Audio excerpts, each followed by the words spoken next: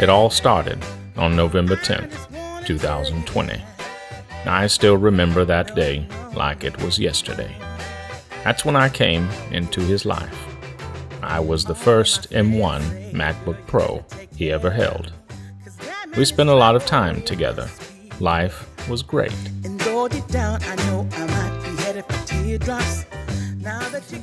But it all started to change in April 2021. I knew that smile on his face. It was the same look when I was the latest tech. So I knew what was coming. It was inevitable.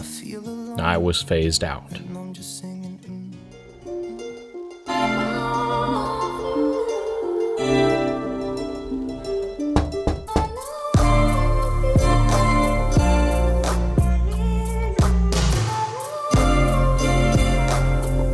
My fate is now of any old tech.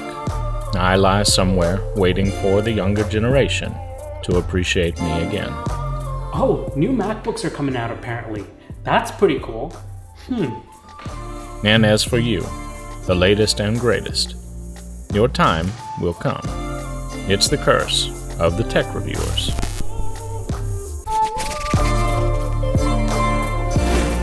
Tell me if you've seen a love story more beautiful than that. Comment down below, let me know, because I haven't.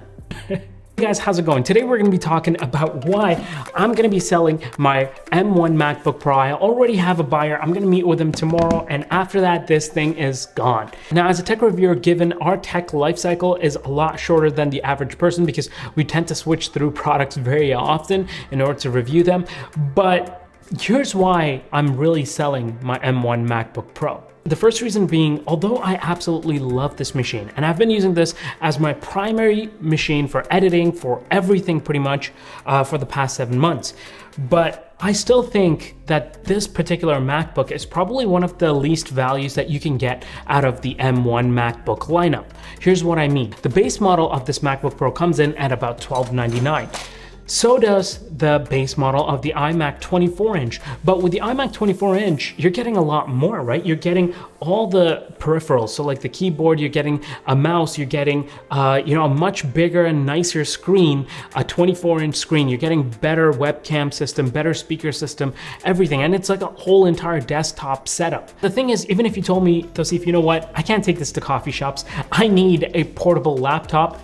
Honestly speaking, I think the M1 MacBook Air is probably the best M1 laptop computer that you can buy right now, at least currently. And the thing is, with the M1 MacBook Air, you're pretty much getting identical performance on the M1 MacBook Air compared to the M1 MacBook Pro, which has generally not been the case before, right? In previous generations, the Air lineup was always much more consumer friendly. It was lower powered versus the Pro lineup had better graphics cards, better internals and performance for the more pro user. Now, the main reason why I went with this versus the MacBook Air for my daily editing and everything like that is simply because it has a fan. If the computer gets lit up, like you're using it quite heavily, then it's gonna be able to cool the machine down and you won't get thermal throttled. But I'll be honest, in the last 7 months of my usage, I have rarely ever heard the fan on this turn on. Maybe it's just whisper quiet and I just don't hear it. And on top of that, I did use the MacBook Air for 2 months as my daily driver, as my main machine before I got the MacBook Pro as my daily driver. And to be quite honest, I was getting by on it. Like, I didn't have any issues. I was able to edit videos just the way I'm able to edit videos on this. So in my opinion, MacBook Air, much better value. Secondly, we're rumored to get brand new MacBook Pros, the 14-inch and the 16-inch. So I kind of want to get rid of this before those come in. That way, the value of this is probably going to depreciate more once those are out. But I mean, it's rumored to have a brand new body. So you're getting a new chassis.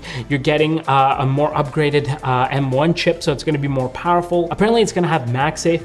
I don't know how that's gonna work, but apparently it's also gonna have more I/O. It's gonna get rid of the touch bar entirely. Although I was a little bit of a fan of the touch bar, but I digress. And most importantly, it's gonna have a new design, which I think we're all kind of looking forward to.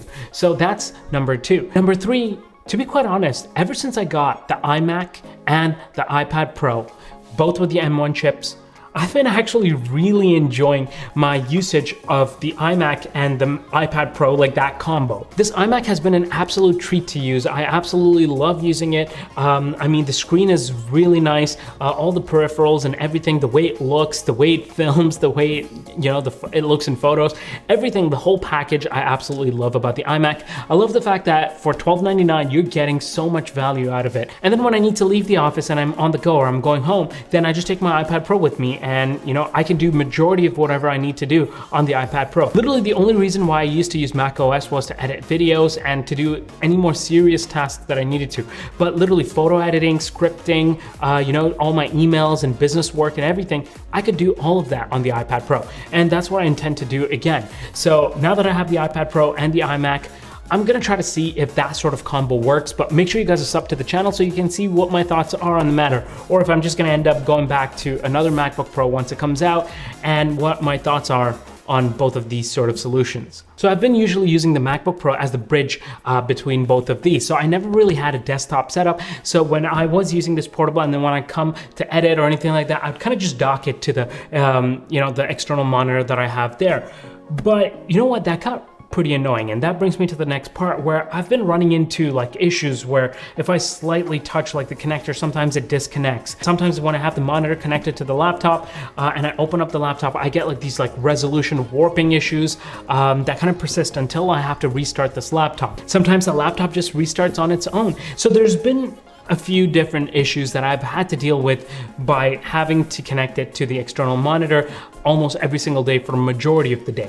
And on top of that, don't forget, you're also degrading the battery life of this because you're constantly charging this MacBook Pro while you're plugged into that monitor. So there's a few things like that. And also some other quirks, right? For example, if I wanted to increase the brightness or change the brightness on my monitor, I'd have to adjust the monitor separately. Like I have to look for like the knob on the monitor because I can't do it directly from the MacBook Pro. If I want to adjust the speakers on the monitor, change the volume, I can't do that. I have to, again, reach for the monitor controls. With the iMac, it's all built in. I can change the display brightness right away, right at the tip of my fingers on the keyboard. I can change the volume that's coming out of the iMac, right? So all of these little things kind of tended to add up, and the experience on this was just a little better for me. However, I do miss that super like extra like width ultra wide display screen. I do miss that. And also good to mention, I've never seen YouTube videos in that sort of like big screen fill up the entire screen in a very long time, because in the ultra wide you get like these like black bars on the side. With this, it fills up the entire screen, which has been absolutely like a really good experience. I love it. So yeah, those are pretty much my thoughts on the M1 MacBook Pro 13-inch. Now, I just want to reiterate, if you have the MacBook Pro 13-inch, don't think like you've been shafted or something. Like, I still think this is a phenomenal machine. I think you're not gonna go wrong with this. Now, even though I did say it's one of the lower tiers in terms of value, that's just based on how much you're getting for your money. But when it comes to performance and output, like this is probably at the top because it's portable and it's got a fan. So yeah, that's about it. If you have any questions or want to, just discuss your use case scenario and what you think might be the best M1 Mac for you guys, which is a video that I'm going to be doing very soon, where I'm going to be comparing all the M1 Macs. So if you're interested in that, then go ahead and sub to the channel. But until then, you can leave a comment down below. I pretty much try to read and respond to every single person. So really appreciate you. Thank you so much for all the love you guys have been giving me. I'll see you guys on the next video. Take care, stay blessed. Peace. Okay, that's it. I can't do anymore. Okay? Okay, that's enough.